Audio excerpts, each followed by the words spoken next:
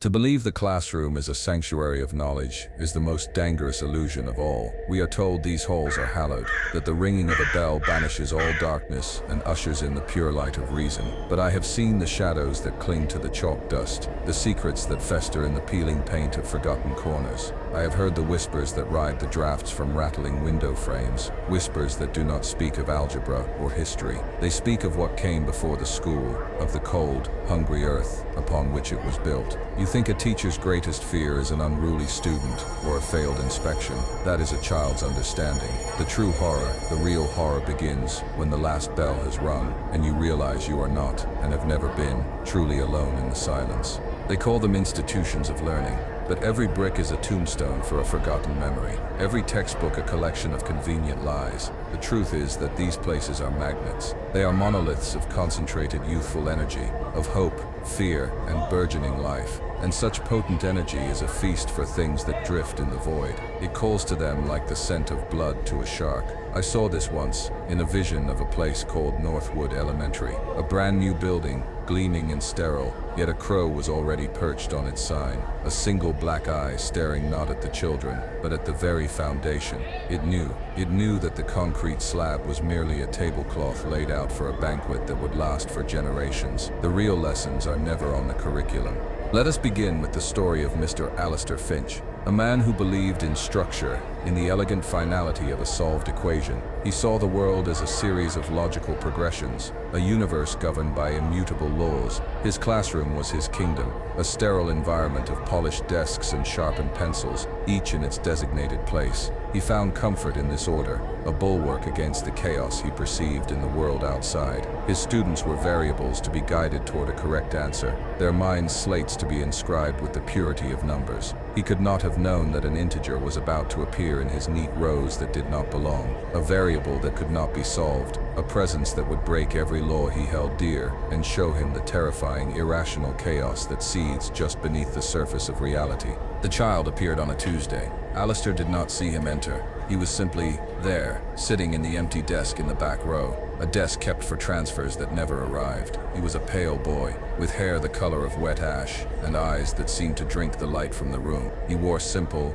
outdated clothes, and he never spoke. He just watched, his hands folded neatly on the desk. Alistair, a man of records and registers, checked his list. No new student. He consulted the office. No transfers, yet the boy remained. He was a flaw in the pattern, a smudge on the clean glass of Alistair's world. The other children didn't seem to notice him, their gazes sliding right past the empty desk where Alistair saw a ghost sitting in broad daylight.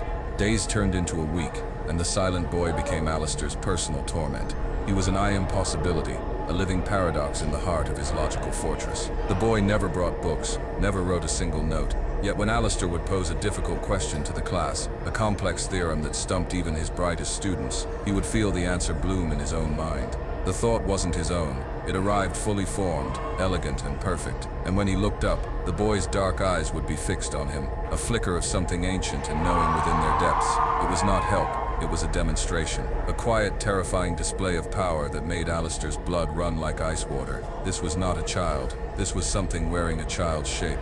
Alistair's obsession grew, a cancer in his ordered mind. He started staying late, poring over old school yearbooks and town archives, searching for a face that matched the ghost in his classroom. He neglected his lesson plans, his carefully constructed world crumbling into dust. He would see the boy in the reflections of the classroom windows after the sun had set, a faint outline against the encroaching darkness. Sometimes a whisper would snake through the silent room, a single word that sounded like his name, but stretched and distorted, as if spoken through water. He was coming undone. The boy was an anchor, dragging him down from his safe harbor of logic into a fathomless ocean of madness, where the only thing that was certain was the chilling presence in the back of the room.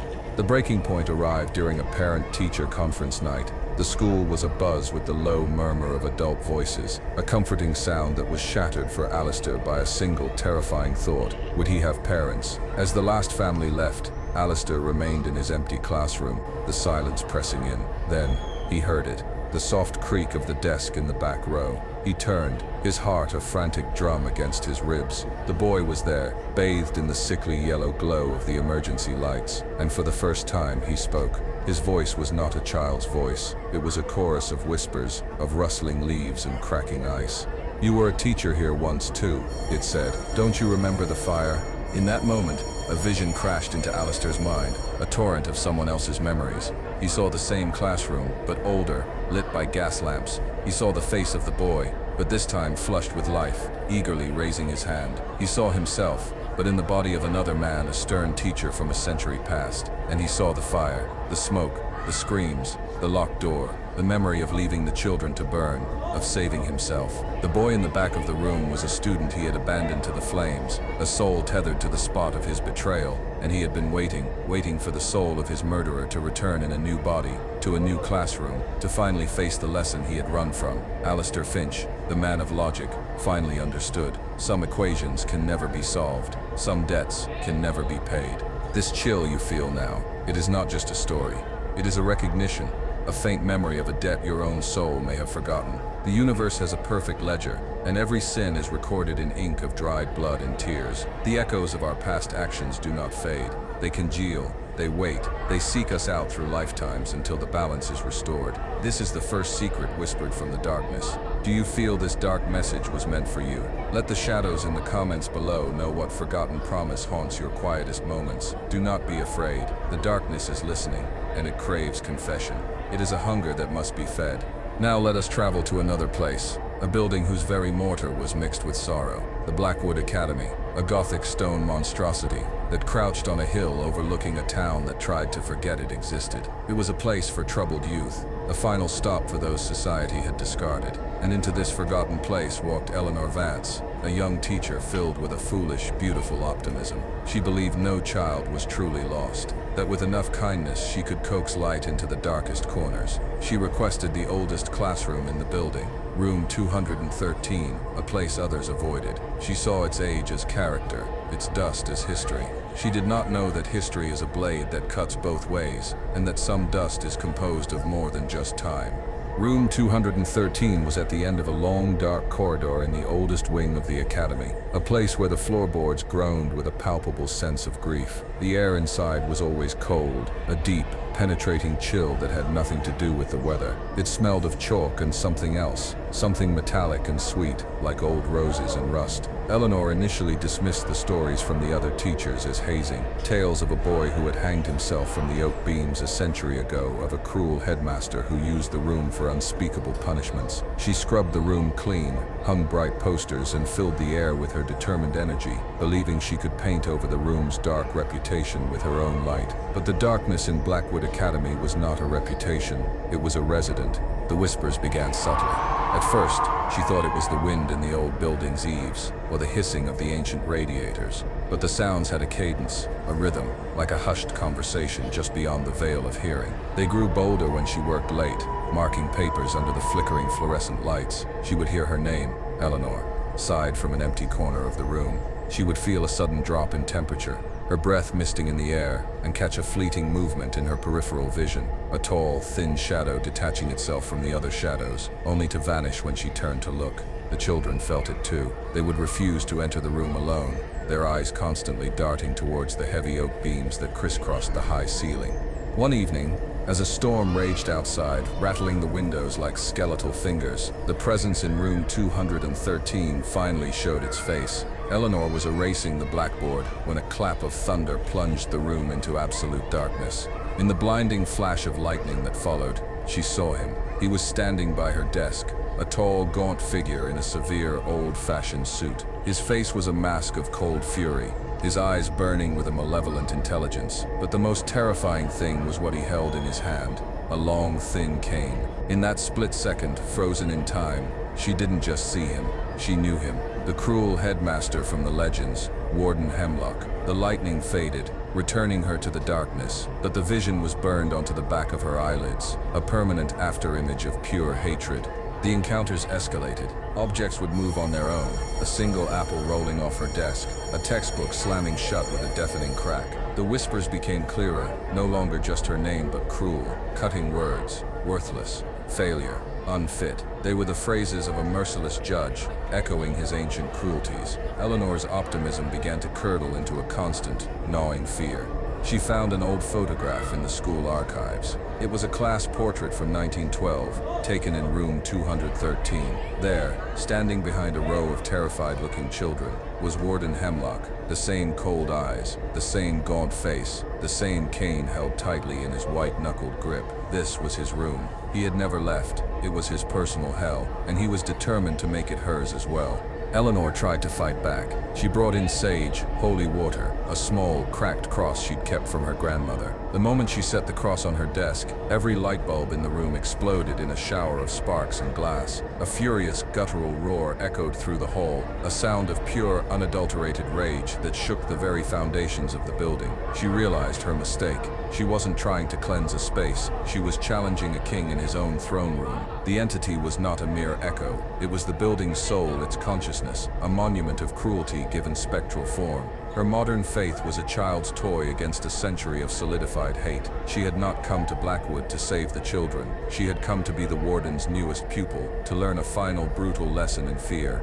She fled. In the middle of the night, she packed her things and left Blackwood Academy, not even bothering to resign. She drove until the sun came up, putting as much distance as she could between herself and that stone prison. But some places, some shadows, they latch onto you. For the rest of her life, in the quietest moments, she would hear the faint, sharp rap of a cane on a wooden floor.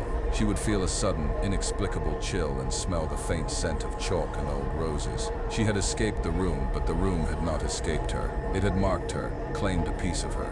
What the stars don't tell you openly is that some doors, once opened, can never be fully closed again. The echo of that place follows you, a permanent crack in the mirror of your soul. To ignore the warnings of a place is to invite its history to become your future. These omens are not for our entertainment. They are desperate communications from the very fabric of reality, trying to steer us away from a wound in the world. To walk into such a place with hope is like carrying a candle into a gunpowder magazine. Your light will not banish the darkness. It will only ignite the inevitable explosion. Every soul that joins our circle, every like that acknowledges this truth, feeds the voice that whispers from the darkness. It strengthens the signal, allowing more warnings to pierce the veil. Your attention is an offering. Your belief is a shield for others who might not be so fortunate. Let us now turn our gaze to something smaller, more intimate, yet infinitely more disturbing. We go to a sun-drenched kindergarten classroom, a place of finger paints and sing-alongs. Here we find Miss Anya Sharma, a teacher whose heart was a wellspring of patience, and in her class there was a little boy named Leo, a quiet, withdrawn child who rarely spoke, who communicated not with words, but with crayons. He drew constantly, his small hands clutching the waxy sticks with an unnerving intensity. His pictures were his voice, his window to the world. But the things Leo saw through that window were not the stuff of childhood. They were visions from a coming nightmare rendered in garish, innocent colors. At first, his drawings were just odd. He drew houses, but the windows were always boarded up. He drew families, but their faces were scribbled out with violent black circles. He drew animals, but they always lay on their backs, their legs stiff in the air. Anya, trained in child psychology, saw them as expressions of some hidden trauma, a silent cry for help. She tried to talk to him, to gently probe the source of his dark imagination, but Leo would only shake his head, his eyes wide and vacant, and point to a new drawing he had just finished. It was a picture of the school's pet hamster, Nibbles, lying at the bottom of its cage. 2 days later, Anya arrived at school to find Nibbles had died in its sleep. It was a coincidence. It had to be. The coincidences began to pile up, each one a stone laid on the path to a terrifying realization. Leo drew a picture of the old oak tree in the playground, split in half by a bolt of lightning. The next week, a freak summer storm rolled in, and a single strike of lightning did exactly that, cleaving the ancient tree down the middle. Then came the drawing of a yellow car, its front end crumpled like a discarded piece of paper. Anya recognized the car. It belonged to Mr. Henderson, the history teacher. She felt a knot of dread tighten in her stomach. She almost said something, but what could she say? My student drew a picture. That evening, Mr. Henderson was in a serious car accident. He survived, but his yellow car was totaled, its front end a perfect, horrific match to Leo's Crayon prophecy. Anya's concern now curdled into a specific, chilling fear. She looked through all of Leo's drawings, spreading them out on her desk after the children had gone home. A pattern emerged. In the corner of every single one of his disastrous prophecies, there was a figure, a tall, thin man drawn entirely in black crayon, with long, spindly limbs and no face. It was just a silhouette, a void in the shape of a man. In the drawing of the hamster, the shadow man was peering into the cage. In the drawing of the tree, it stood beneath the branches, its long arms raised to the sky. In the drawing of the car crash, it was a passenger in the other vehicle. This was not a child's imagination. This was an eyewitness account. Leo was drawing what his friend showed him. The terror became personal when Anya found Leo's latest masterpiece left on her chair. It was a drawing of her own apartment building, and every window except for one was dark. From that single lit window on the 3rd floor, her window billowed thick, angry plumes of red and orange smoke. And there, standing on the street below, looking up at the flames, was the tall, featureless shadow man. It wasn't a warning anymore. It felt like a promise. Anya was paralyzed by a choice that defied all reason, to dismiss it as a child's fantasy, or to accept the impossible and act. To believe in the monster that whispered prophecies into a little boy's ear. That night, she didn't go home. She stayed at her sister's house, her heart pounding with a nameless dread she couldn't explain. At 3 in the morning, her phone rang. It was the fire department. An electrical fault in the apartment below hers had sparked a massive fire that had gutted the entire floor. Her apartment was a ruin of ash and melted belongings. If she had been home, if she had been asleep in her bed, she would have been trapped. She was alive because she had trusted the crayon drawings of a disturbed little boy. She never returned to that school. She couldn't. How could she face Leo, knowing what he saw, what stood beside him? How could she look at a child's drawing again, without seeing a potential epitaph, a glimpse into a future orchestrated by a faceless entity that uses the innocence of a child as its canvas for death? Listen carefully, because this is crucial. The veil between worlds is thinnest in the minds of the very young and the very old. Children do not have the layers of disbelief and cynicism that we adults build up like calluses on our souls. They are open. They are pure conduits for the whispers that drift from the other side. They see the things that stand in the corners of the room, the faces that peer from behind the closet door. We call it an imaginary friend, a night terror, a fantasy. But what if it is the most real thing they have ever seen? What if their imagination is simply a clearer perception of the terrifying reality that surrounds us all, a reality we have simply forgotten how to see? We now descend into the belly of the beast, the furnace room, the domain of the forgotten man who keeps the great machine of the school running. Here we meet Samuel, the janitor of Westgate High for over 40 years. He was a creature of the school, as much a fixture as the cracked linoleum and the buzzing fluorescent lights. He spoke little, his face a roadmap of wrinkles, his eyes holding a deep, weary knowledge. The students saw him as a ghost, a shuffling presence they barely noticed. The new teachers saw him as a relic, but Samuel was a watcher. He was the guardian of the school's secrets, the one who understood its groans and sighs, the one who knew which hallways to avoid after midnight. He was the Cassandra of the custodians, and his warnings were always ignored. A new teacher arrived, a young man named Ben Carter, assigned to the infamous room 301. It was a chemistry lab, but it had a history. A student protest in the 70s that ended in a tragic fire. A chemistry experiment gone wrong in the 90s that took a teacher's eye. It was a room with a bad vibe, a place where equipment malfunctioned, and a strange chemical smell lingered no matter how many times it was aired out. Ben, a man of science and skepticism, laughed it off. He was there to teach facts, not to indulge in local ghost stories. On his first day, Samuel the janitor stopped him at the door, his gnarled hand resting on the frame. "This room," Samuel rasped, his voice like grinding stones. "It has a hunger, don't feed it." Ben dismissed the cryptic warning as the ramblings of an old man. He spent his first weeks at Westgate trying to make room 301 his own, but the room resisted. Beakers would crack for no reason. Gas taps for the Bunsen burners would be found slightly open in the mornings, filling the room with a nauseating stench. Students would complain of feeling watched, of a sudden oppressive coldness that would descend upon one corner of the lab. Ben saw these as maintenance issues, as teenage theatrics. But late one night, as he was cleaning up after a long day, he heard it, a distinct rhythmic tapping coming from inside a locked chemical storage closet. It was slow, deliberate. Tap, tap, tap. A cold dread, alien to his scientific mind, trickled down his spine. He unlocked the closet. It was empty. The phenomena grew more personal, more malicious. He began having nightmares, all set in room 301. He dreamt of fire, of screaming, of a shadowy figure with a horribly burned face lunging at him from the darkness. He would wake up smelling phantom smoke.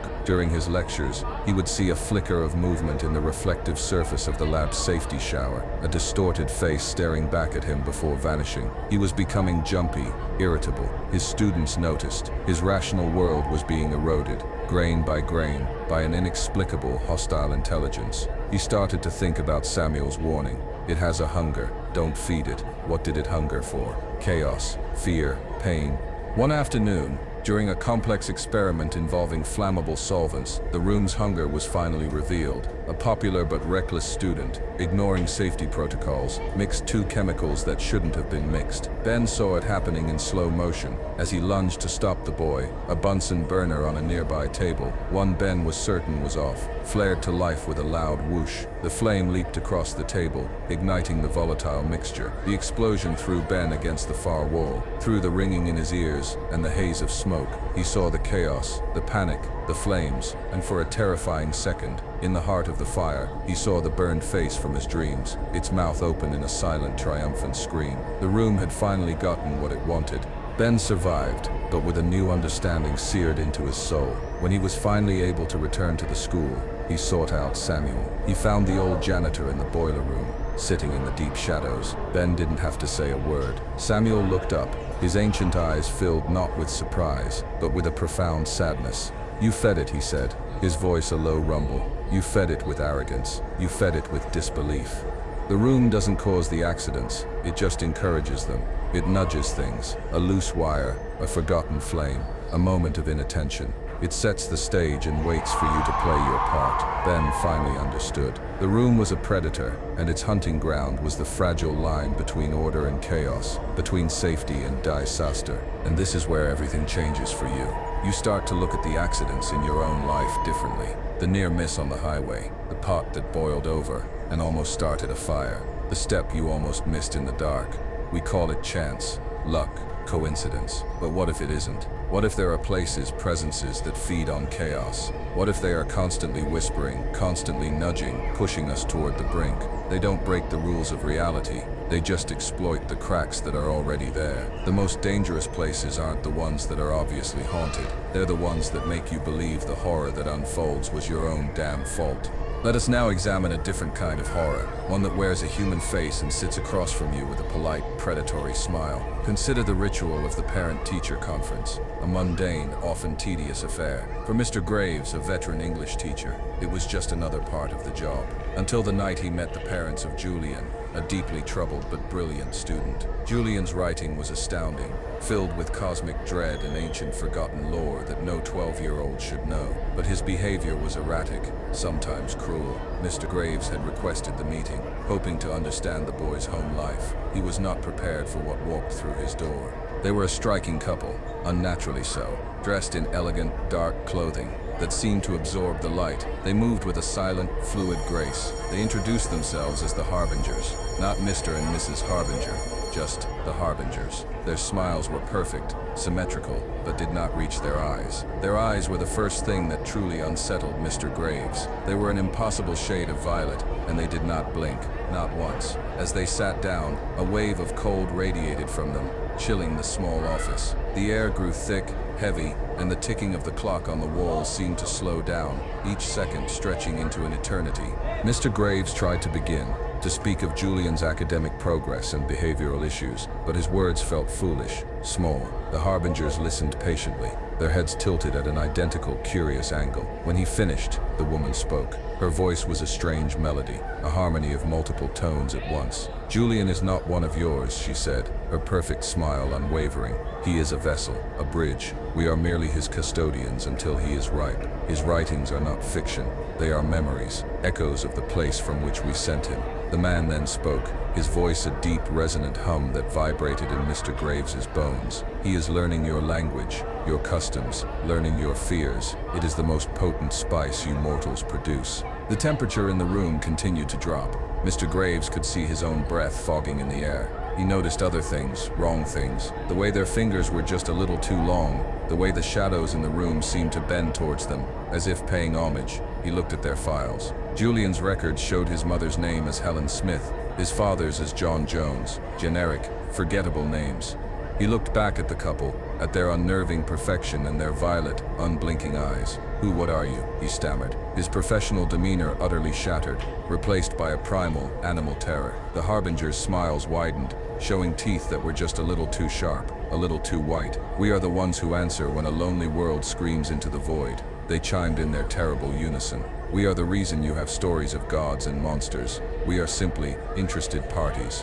Then a sudden sharp pain flared in Mr. Graves' temple. An image flooded his mind, unbidden. He saw a sky of churning purple clouds, a black sun, and jagged, crystalline cities that tore at the heavens. He felt a sense of vertigo, of falling through an infinite, cold emptiness. It was a glimpse of their world, the place Julian's memories came from, a place of sublime geometric horror. The vision lasted only a second, but it felt like a lifetime. When his senses returned, the Harbingers were standing up, their movements still perfectly synchronized. "Thank you for your time, Mr. Graves," the woman purred. "You have been most illuminating." And then they were gone, leaving behind only an Arctic chill and the lingering scent of ozone and something alien, like burnt sugar and distant stars. Mr. Graves sat frozen in his chair for over an hour, the silence of the school broken only by the frantic pounding of his own heart. Julian was absent from school the next day, and the day after that. When the school tried to contact his parents, the phone number was disconnected. The address on file led to a vacant, derelict lot. The boy and his keepers had vanished as if they had never existed. All that was left was Julian's notebook, filled with his terrifyingly beautiful prose, describing dead stars and hungry gods. Mr. Graves kept it. It was his proof that he wasn't insane. It was his reminder that humanity is not the only intelligence in the cosmos, and that sometimes the most terrifying monsters are the ones that are just passing through, studying us for a harvest we cannot even begin to comprehend. Now, imagine this. The universe is a vast, dark ocean, and our world is a single, tiny island of light and warmth. We huddle around our fires, telling ourselves we are alone, that we are safe. But the things that swim in that dark ocean are ancient, powerful, and endlessly curious. Sometimes they send probes. Sometimes they come ashore. They wear our faces. They learn our words. They sit in our parent-teacher conferences. They are not here to conquer us with fire and steel. They are here to study, to catalog, to taste. The worst mistake you can make is to assume that every face you see belongs to a soul as human as your own. Some are just masks, and you do not want to see what lies beneath. From the cosmic, let us return to the mundane, for the greatest horrors are often hidden in the most ordinary of objects. A child's toy, an old photograph, a rusted piece of metal. Consider the high school locker, a simple steel box, a temporary home for books and secrets. But at Northgate High, there was one locker that was different. Locker 138. It was dented and scarred, its blue paint chipped away to reveal layers of older colors beneath, like rings on a forgotten tree. It had a reputation. Students assigned to it would change. Cheerful kids became sullen and withdrawn. A students started failing their classes. Fights would break out around it. The stories were dismissed as superstition, but the pattern was undeniable. Locker 138 was a blight. A new school year began, and Locker 138 was assigned to a bright, vibrant girl named Sarah. Her teacher, Miss Albright, knew the locker's reputation and protested, but the administration, tired of the silly legend, insisted. Sarah, at first, laughed it off. It was just a locker. But within a week, the change began. Sarah, once social and outgoing, started spending her time alone, often just standing by her locker between classes, her hand resting on the cold metal door as if listening to something. Her eyes, once full of life, became dull and listless. She stopped turning in her homework, her grades plummeting. Miss Albright watched with a growing sense of alarm. This was more than teenage moodiness. This was an eclipse of the soul. Miss Albright tried to talk to Sarah, but it was like speaking to a stranger. The girl's answers were monosyllabic, her gaze distant. The only time her eyes showed any spark of emotion was when someone mentioned her locker. Then, a flicker of something possessive, something hostile, would appear. One day, Miss Albright saw Sarah whispering to the locker's vent, her forehead pressed against the door. The teacher's blood ran cold. The stories were true. Something was deeply, horribly wrong. That night, armed with a bolt cutter from the maintenance closet, Miss Albright decided to break into the locker, to confront the heart of this darkness herself. The school was silent and menacing after dark, every creak of the floorboards a scream in the stillness. When she snapped the lock, the locker door swung open with a low, mournful groan. The inside was not filled with books and binders. It was empty, except for the smell, a thick, coppery smell of old blood and decay. And on the back wall, scratched into the metal with what looked like a fingernail, was a single word repeated over and over again. Mine, mine, mine. As Miss Albright stared in horror, she felt a presence swell in the hallway behind her, a wave of icy malevolence. A whisper slithered into her ear, a dry, rasping sound that was not human. You should not have opened my house. She spun around, but the hallway was empty. Yet the feeling of being watched, of being hated, was so palpable it was suffocating. Driven by a fear that had now become a mission, Miss Albright dove into the town's newspaper archives, and she found it. An article from 1988. A boy named Thomas Weaver, a troubled, obsessive student at Northgate High, had died. He had been so possessively attached to his locker that when he was suspended and it was reassigned, he had broken into the school at night and ended his life inside it. Locker 138. The police report noted strange, frantic scratch marks on the inside of the door. The locker had been his entire world, and in his final desperate act, he had poured all of his rage, his jealousy, and his possessive sickness into the very steel itself, creating a spiritual prison, a haunted space that now infected anyone who dared to claim what was his. Miss Albright presented her findings to the principal. She demanded the locker be removed, welded shut, destroyed. Faced with the undeniable history and the dramatic decline of Sarah, the administration finally relented. The locker was torn out of the wall, leaving a gaping rectangular wound in the hallway. Sarah, as if waking from a long nightmare, slowly began to return to her old self, with no memory of the weeks she had lost. The school tried to forget, but Miss Albright never could. She understood now that objects can be vessels, that powerful emotions, especially those of pain and obsession, do not simply dissipate. They soak into the world around them, into wood, into stone, into steel, and they wait for a new host to touch them, to awaken them, to feed them again. Do you have an object like that? A piece of jewelry from a deceased relative that feels cold to the touch, a mirror in your house that you avoid looking into, an old piece of furniture that seems to groan under an unseen weight. We surround ourselves with the past thinking we own it. But the truth is, sometimes, the past owns us. It leaches into our lives through these seemingly inanimate things, these anchors for spectral parasites. Be careful what you keep. Be careful what you touch. Not every antique holds a charming memory. Some hold a cage, and inside that cage is a monster, rattling the bars, just waiting for your hand to touch the lock. Let us move now from the inanimate to the power of the written word. For some books are not meant to be read. In the dusty, forgotten archives of the Crestwood University Theater Department, a young drama professor named Dr. Aris Thorne made a discovery. He found a play, an unlabeled, hand-bound manuscript written in a spidery, archaic script. It was titled The King in Tatters. It was a bizarre, fragmented tragedy about a mad king who loses his kingdom, his family, and his mind, all while being tormented by a whispering, shadowy jester. The language was hypnotic, the imagery visceral and disturbing. Aris, seeking a bold, original piece for the semester's production, saw it as a masterpiece. He did not recognize it for what it truly was, a trap, a summoning circle disguised as a script. As rehearsals began, a strange mood fell over the cast. The students became irritable,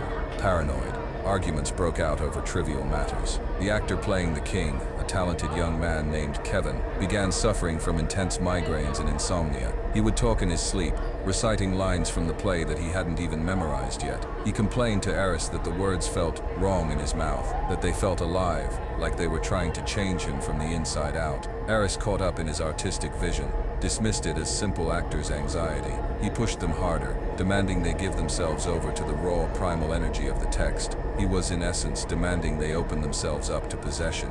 The barrier between fiction and reality started to dissolve. The stage props for the play began to mirror real events. In the play, the queen is given a withered black rose by the jester as a sign of her coming madness. The next day, the actress playing the queen found a single, inexplicably blackened rose on the dashboard of her car. In another scene, the king shatters a royal mirror in a fit of rage. That night, every mirror in the theater's dressing room was found cracked, from corner to corner. The students were terrified. They wanted to quit. to burn the script, but Aris was obsessed. He felt a powerful, unseen presence in the theater during their rehearsals, a thrilling, dangerous energy that he mistook for creative genius. It was the play itself, waking up. The climax of the play called for the king, utterly mad, to perform a ritual monologue in which he renounces his name and offers his body and soul to the master of whispers, the shadowy jester. It was a powerful, chilling speech. During their final dress rehearsal, as Kevin began the monologue, the entire theater plunged into an unnatural darkness. The stage lights, the house lights, even the emergency exits, all went dead simultaneously. A profound, echoing silence fell, broken only by Kevin's voice, which had changed. It was deeper, harsher, resonant with an ancient power that was not his own. He wasn't acting anymore. He was channeling. He was performing a real invocation.